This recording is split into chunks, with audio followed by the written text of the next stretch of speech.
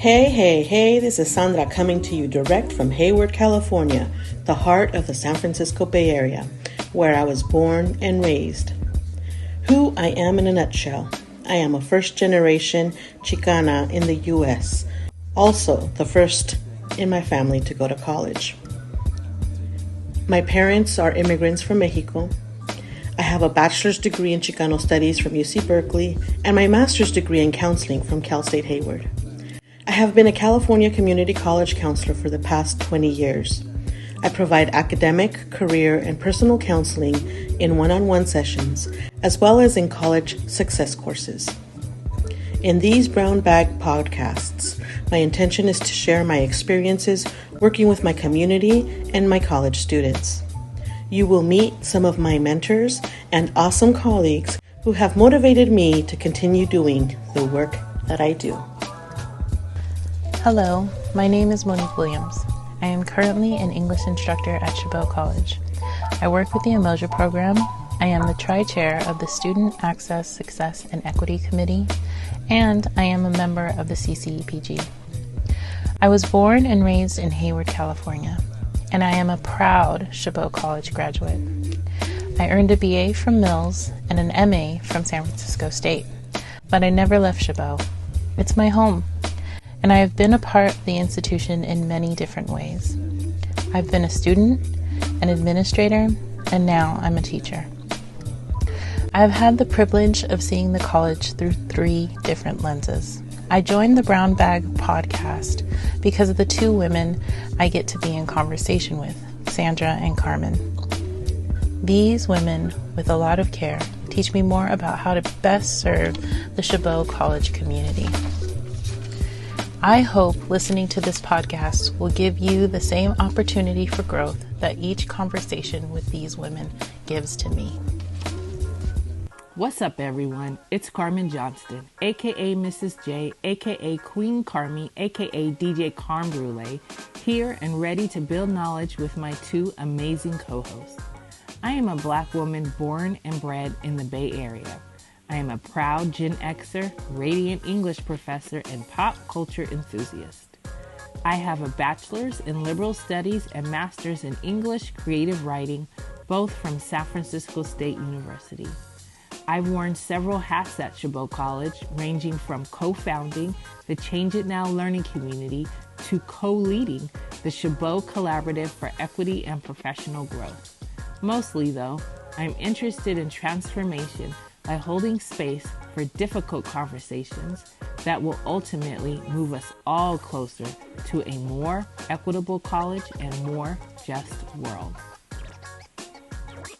All right, welcome everyone to the Brown Bag podcast. I'm here with my co-host, Monique Williams. We're missing Sandra Hinera, who is going to be taking a little pause, but will be back joining us shortly. Yeah, and I think we're just going to kick off the show. This month, we're talking about where do we go from here? You know, we've been listening to experiences of Black students and Black faculty, particularly thinking about the aftermath of the Village project that we did, the 10 by 10, and wondering, where do we go from here in order to make Chabot a more equitable place? But we'll start off with our kickoff question, which is, what is giving you life, Monique? So what's giving me life right now is coffee. I have a Keurig in my room and I'm just using up those little pods one after another. So I'm needing coffee right now and that's giving me life. Then tonight it'll be giving me anxiety, but right now it's giving me life. How about you, Carmen? What's giving you? I feel like you're so lucky. I can't drink. If I drink coffee, I won't sleep for like 2 or 3 days. It's really? It's really, really rough on me. I can't have it. The other day I was in Starbucks and I was like, just want a coffee. I was like, smells so good. I just want one. It's one of those things when I have to be like, who cares? Throw caution to the wind. I'll never sleep again. Yeah, exactly. I suffer for it. That's amazing that you can get that much out of one cup of coffee, though. I mean, really, decaf does that to me. Really? Yeah, I'm Wow. super sensitive to it. Super, super Wow. sensitive. Yeah.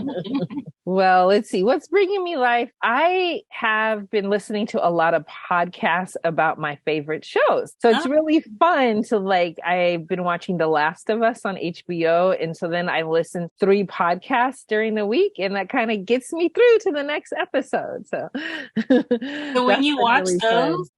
those, are they like people going over what's in the show and kind of like what to get out of it? Like what is it? Yeah, it's actually our new hire, Andrew, introduced me to The Ringer and their kind of set of podcasts. So I've been listening to one called the Prestige podcast. So they do all the HBO shows or the shows that, the critics are saying are really good. So I've been listening to Last of Us and Poker Face. And for Last of Us, they have 2. So one is 2 guys, 2 brothers that just do an immediate reaction to the show. So that's a little fun. And then there's a deep dive one. And it's great because it's just basically literary analysis. I mean, Yeah. they're talking about all the symbolism and the different themes. And so it's fun. It's really, really fun to listen to. Yeah. That's super great stuff for us like nerdy English teachers, right? It is, right? It's and I've been thinking about, because I'm teaching English for this semester, trying to figure out how to listen to an episode so my students understand how valuable literary analysis is, that it's everywhere. Everything they watch, and consume is connected to the work that we're doing in the class. And has so many like layers of meaning, stick into your consciousness and your brain does something with them. And it's up to you to be aware of what it's doing. Yeah, exactly. Exactly. That's cool. Yeah, it's fun. Very I'll tell you one other that's Uh-huh. giving me life, which is that the hip hop group De La Soul, who's from the 90s, they just won their lawsuit and now you can stream their music. So that's been fun too. Take me back to my teens. Awesome. That's fantastic. So, like you said, today we're talking about what's next. And I think, like when we were talking off air, this kind of there's always this fear that things are just going to kind of stay. There was a momentum, especially after George Floyd, to do something, right? And we were able to kind of seize on that momentum, a lot of change for the campus and good things for the campus. But there was this long list of stuff that still needed to be done and could be done. And then, we'd lost some of that momentum. And so to kind of keep bringing up the conversation with people about what do we do next and what can be done. Unfortunately, when there isn't that urgency created by tragedy, right? When there isn't that urgency behind it, things can get stuck. It's oh, we can't do that or we won't do that or something like that. Really great to know that today we're going to talk about some of the things that we can do. Right. And to a certain extent, some of the things that we can do even without permission, right? We don't necessarily need permission or some sort of new thing to change to do everything that we want to do, right? And so what are those things that we can just do? So one of the things that you brought up was this stuff that you learned about cluster hiring. Yeah. Do you want to talk about that? Yeah. So there's a few, there's a publication on the Academic Senate Community Colleges that I read a little bit about it, and Abby Pett had introduced the idea to me, and it's basically this idea of trying to hire a more diverse pool and being very intentional about it. So something that they did at Gavilan College, for example, which is HSI school, is when they did their hiring, they put out the beginning of their job description for full-time faculty positions. They say, as an institution, they talk about their diversity institution, the diversity commitment, and then they're we are announcing an exciting new effort to hire full-time faculty with a demonstrated history of working with and supporting the Latinx community. And they go on to say that we're an HSI and it's our job to make sure that we're serving our students. And so then when they do the requirements, so these are additional requirements to the minimum qualifications. It's has demonstrated commitment to engaging in service with populations historically underrepresented and underserved in higher education, particularly the Hispanic and Latinx community. And it goes on, demonstrated knowledge and barriers for Hispanic and Latinx students, has experience or commitment teaching to teaching Latinx students. And it just goes on and on and on. And it's all very focused on people who have, experience serving this community. And I just think that that is so amazing, right? And this is something, it starts off Dr. Pedro Avila, Gavilan College Superintendent / President. So this is the leader of the college kind of putting this idea forward. Mm-hmm. And it's an exciting idea. And I think that people, there's like positive data around it. Like it's something that really works if we're trying to diversify our hiring. And I know that when the Black students were organizing around the BCRC and had their list of demands, they were asking for more Black faculty and Black counselors in particular. And so this is such a great way to kind of get at that, and it's not saying that the person has to be, Latinx in this, but it is saying they need to, have experience, commitment, worked with, which I think definitely is gonna be attractive to Latinx faculty. They'll be like, oh, well, this is for me, and that's what we want. Or maybe there's somebody who is an ally that really serves this community. Right. But I think it's just a way of like showing your true commitment to the population that you say that you're serving. Right. I think it's exciting. It definitely shows the college's commitment and also pride, right? Yeah. In wanting to serve a population that exists on their campus. Like when we talk about like racialized language, right? We were talking about earlier, and that we often have an avoidance of it. When we start asking for, like outside qualifications, right? This is outside of the job description, which, of course, it's very technical. I've been on so many hiring committees recently. I've been on so many hiring committees recently where it's like, you can't put that in, you can't put that in, you can't say that, you can't say that. Right. But it's like all these things that we can't say are having us avoid or dance around the thing that we really need, right? Are like people who want to work with Black and Brown students that show that they have had success in those areas, that have studied and made parts of their lives about serving Black and Latinx students, and so we keep dancing around language. And so then we wonder why when we get in the room, we don't have anybody saying anything about Latinx students or Black students, right? And we're like, but I need you to say something, like sometimes, especially like sitting in those interviews, watching people, you're like screaming, please say something, like, no, be able to read what's in my head. Yeah. And tell me how you serve these communities, right? And not in this broad way of saying like, we serve a diverse population, but no, how have you helped Black students, right? How have you helped Latinx students, right? These outside, these like job, like requirements, or really what they call them is like desires, like what makes a candidate more desirable, right? Being able to like state in there, hey, we want somebody who's worked in the Latinx community, right? We want somebody who has studied, like areas that have specifically to do with Latinx and Black communities, right? It feels like it's right for a college to do, really, right? It gives the candidate more of an idea of who they're actually serving, like what college, what does the college campus look like, and what is our focus, right? Yeah. And do they fit? Right. It allows them to assess whether they fit even before applying. Right. And then it also does speak to some people, especially people that are working in like nonprofits, like social justice, activism type ways in their communities. I think what I see when we get a lot of applications is I often see people whose careers have been focused in academia. Yeah. Right. Like, so I've done this academic thing at this academic place. I've done this academic thing at this academic place, right? And I'm like, what have you done on the streets? Yeah. Yeah. Like, what have you done in your community? Like, what have you done outside of academia? I'm happy people write papers. Of course, I'm an English instructor, right? But when those papers don't have feet, like, what are we doing? Yeah. So this was like seeing this, and that this college is kind of like doing this, is a great example for us, and a way to get by some of the things, the legalities. right?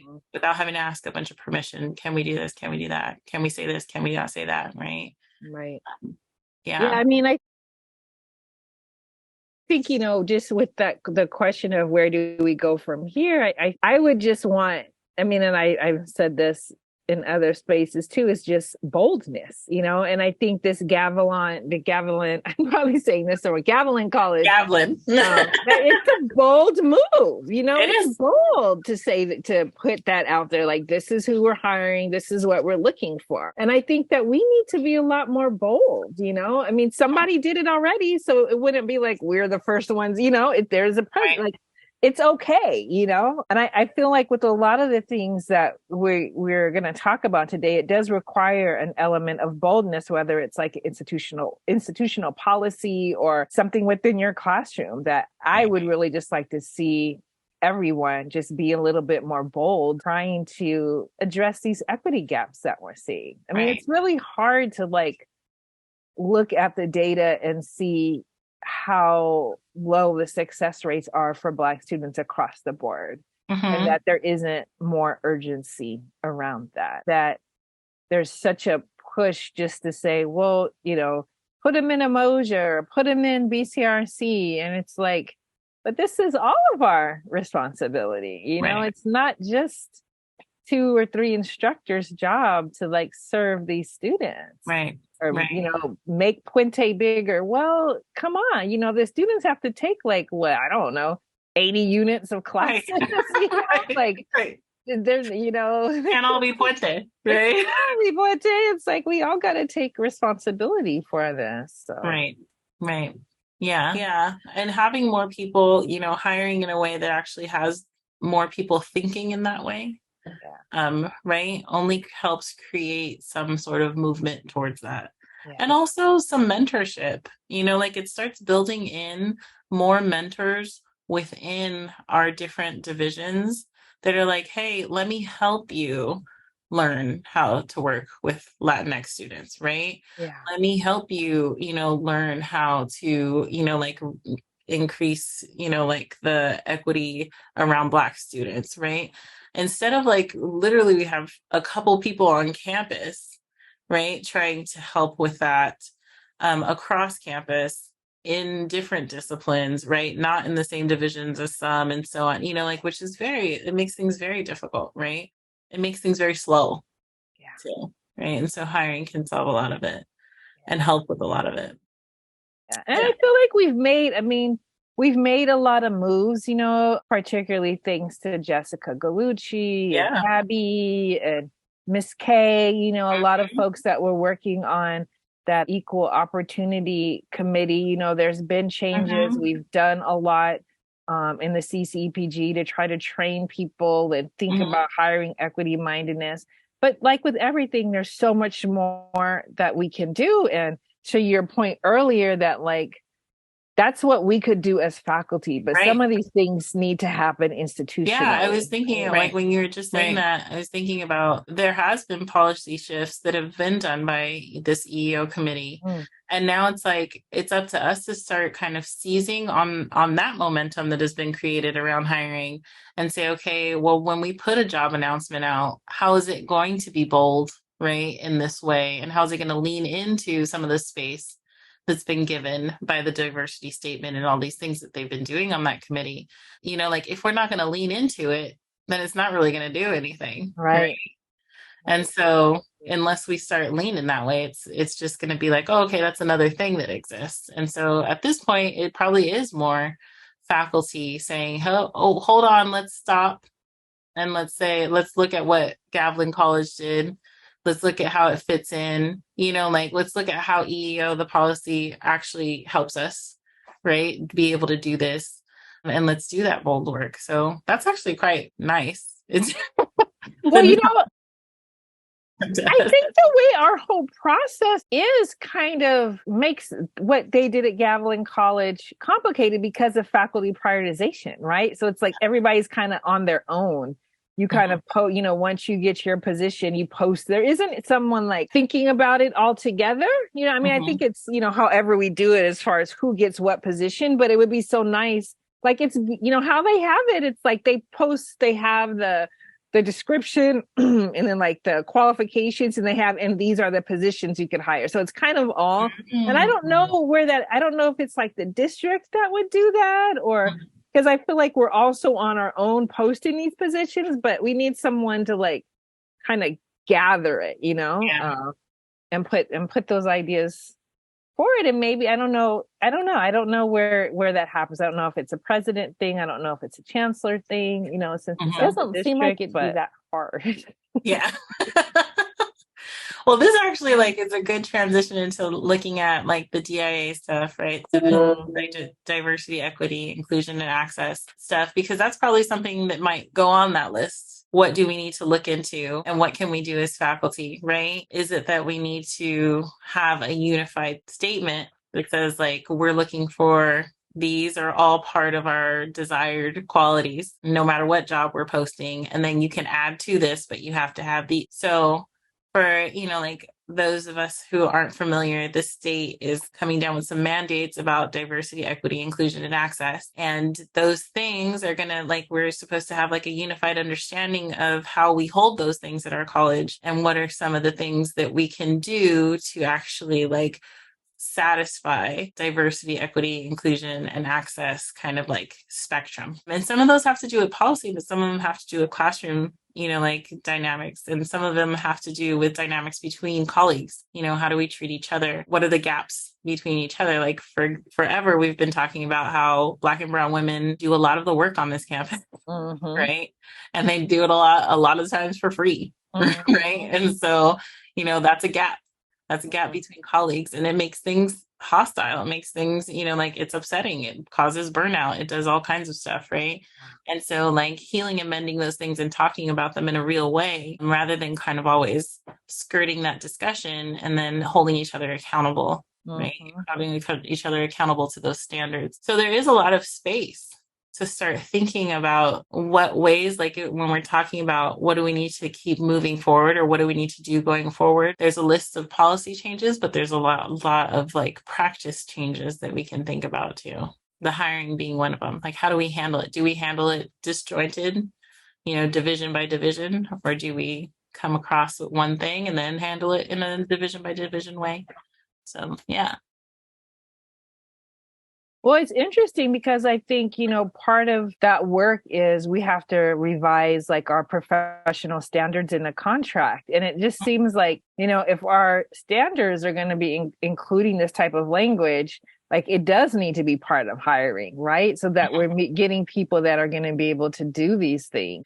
So I'm excited about that, and excited about, incorporating more DEI language into our evaluations, and helping people, learn how to evaluate somebody on it, but also helping people learn how to teach in an anti-racist way, right? I mean, I think it's a real exciting thing. And it is something like, even though the state is encouraging and recommending it, but it does seem like because it's with the FA that it involves faculty, right? So it's not something we necessarily have to wait for administrators on. Like we get to just do this, which is, I think, really, really exciting to me. Yeah, it is. It is something that's like we get to just do this. And it's, honestly, for a long time, with the CCEPG, it's been done, right? The only thing is now is it starts to become something that is, okay, we're actually going to start looking at each other and helping each other. I hate to say hold each other accountable, because it's like hold each other accountable always makes it seem like we're going to be wagging fingers at each other. Right. So, and to a certain extent, it is holding each other accountable, but an emphasis on the holding. Yeah. Because it is a process of like unlearning, and a process of relearning and learning new, and it is a process of kind of like dealing with your own personal like traumas, things you come with, like all of that. It's a really like getting closer to being a more equitable instructor across the board takes a lot of self-reflection that is not easy to do. And so holding space, I think, like if we were going to move forward in a real way, and hold space in a real way for people to kind of like process through becoming more equitable instructors. That we also have to hold a lot of space for mental health for instructors, which is not something, like that was one of the things. It was one of the things that the students asked for. It was one of the things that's been asked for by, like our colleagues. Mental health space for us, right? Especially with all the changes that have happened, right?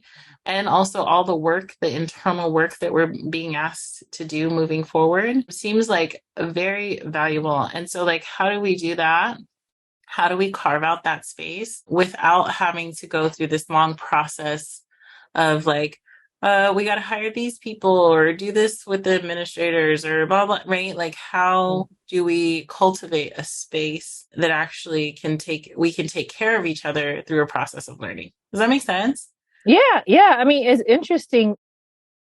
When I used to work at Girls Inc. such a long time ago, we had something called consultation.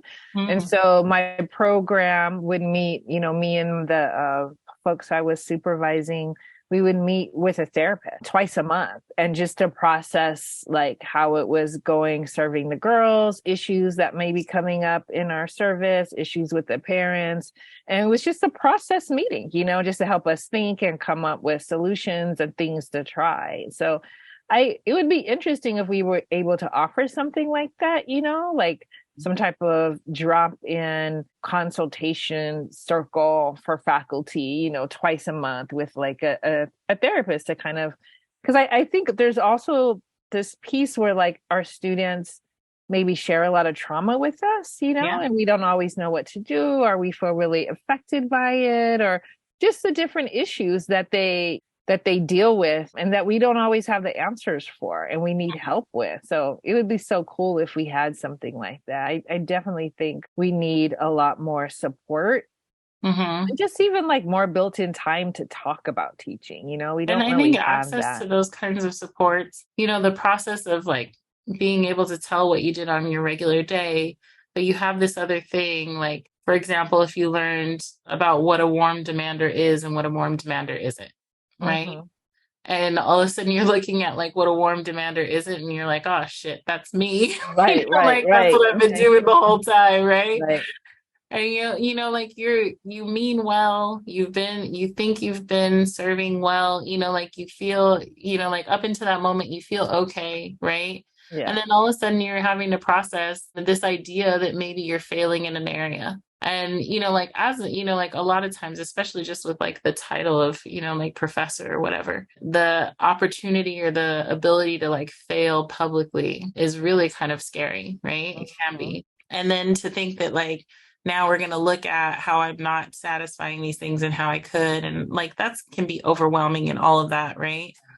So I just think like, like really helping people process through that, like and holding people through that process is super important. I love that idea from it was Girls Inc. Yeah. I think that's really beautiful. Like, I mean, I would love if like every week I could sit with someone and be like, so this is what happened. But it's like there's so many things that we're trying. Right. AB 705, AB 1705 is making so many things, like we're trying so many different things, so many different ways. We're seeing people fail. We're seeing people, like we're losing people when we don't want to lose people. Yeah. We're learning about this new thing that helps us be more equitable. We're trying it out, but we're not sure if we're doing it right. Like there's just so many things happening at one time. I think that, a well-supported faculty will be healthier faculty, right? And therefore we'll be able to serve better. And I just think we constantly avoid trying to make those types of investments. Like, it's like, okay, well, even if we hire, so let's say we hire people, right? And we hire people with all this great list of stuff. If they start feeling overwhelmed, burnt out, like all of these things and have no outlet for it, I mean, eventually, like they're not going to be running the same either, Yeah. Yeah. So Exactly. Yeah. It's very hard to get. I mean, it does seem like it falls on the individual a lot, to navigate the system, to get what you need, to set boundaries, to create, routines for your self-care. It's challenging, and there isn't a lot of, I mean, I feel like there's just not a lot of mentorship for like how to do that, you know, how to take care of yourself, how to think about yourself in this role. And I think particularly for people of color, like you were mentioning, how women of color work so hard, and we're so used to, you know, we see an issue and we're going to jump in and try to solve it, you know, and fix it or bring a resource, and we burn out a lot. And there isn't, and the institution, I mean, the system within itself is happy to let us do that because they're getting a lot of labor for it from us, you know. So it's complex, you know, and complicated to figure out. But I wish we had more.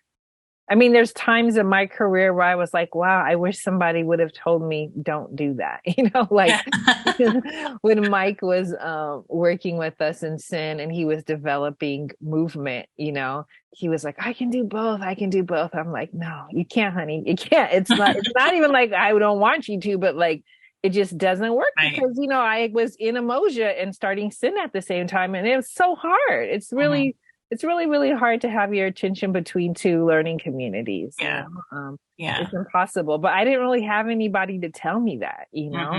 So I wish there was just more mentorship. You know, I feel like there's things I'm up against right now, and I'm like, okay, I got to find somebody to talk to here about this. I think particularly when you're like a faculty leader too, because there's not a lot of best practices. I mean, I don't know, maybe that's what I should do my P if I go back for an ED, is do it around, I don't know, supporting faculty leaders or something like that. Because there's not a lot of like best practices or just how to think about yourself, you know, in this role. So yeah. And that is something like, you know, all of what you've mentioned about mentoring, even about setting up mental health, those are maybe things that in some way we can do without permission, right? Just start setting up mentoring programs or advocating for it within our divisions and carving out space in meetings or making retreats that are just about that. Like no business. This is all it's about. Those things we do have, you know, like what do we have control over?